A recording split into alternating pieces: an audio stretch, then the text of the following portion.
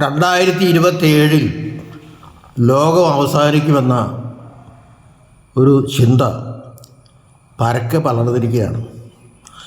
ആരോ പ്രവചിച്ചത്രേ 2027 ലോകം അവസാനിക്കും. എന്ത് മണ്ടത്തരമാണ് ഈ പറയുന്നത്? ആർക്കാണ് ലോകം അവസാനിക്കുന്നത് പറയാനുള്ള അധികാരം? തീരുമാനിക്കേണ്ടത് ആരാണ്? പിതാവിന് മാത്രമേ അത് തീരുമാനിക്കാൻ പറ്റുള്ളൂ.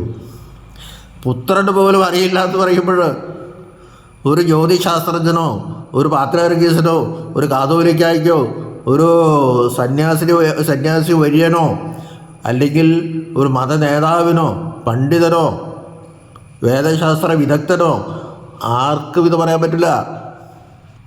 പിതാവിൻ്റെ മനസ്സിൽ അത് വരണം. പിതാവിൻ്റെ മനസ്സിൽ വന്നാൽ അപ്പോൾ തന്നെ അത് പുത്രൻ അറിയും. അപ്പോഴേ അറിയാൻ പറ്റുള്ളൂ.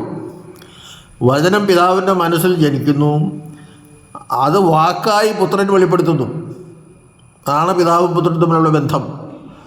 പുത്രനെ അറിയില്ല എന്ന് പറഞ്ഞത് സത്യം തന്നെയാണ്. ആ പിതാവിനെ തീരുമാനിക്കേണ്ട ആൾ. പിതാവിൻ്റെ മനസ്സിൽ ആ വചനം വന്നാൽ ഉടനെ അത് പുത്രനെ അറിയുകയാണ്. കാരണം മനസ്സിൽ വരുന്ന കാര്യം അപ്പം തന്നെ പിതാവ് എൻ്റെ വചനം പുത്രൻ വാക്കാൽ പ്രസ്താവിക്കുകയാണ്. അതാണ് വാക്ക്.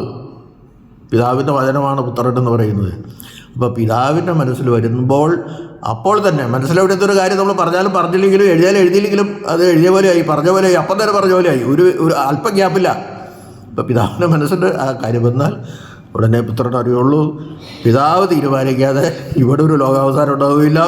2027 ഒന്നും സംഭവിക്കാൻ പോണില്ല എന്ന് പറഞ്ഞാൽ പിതാവ് തീരുമാനിക്കണം സംഭവിക്കും, അല്ലാതെ വേറെ ആരും പറഞ്ഞാലും സംഭവിക്കുകയില്ല.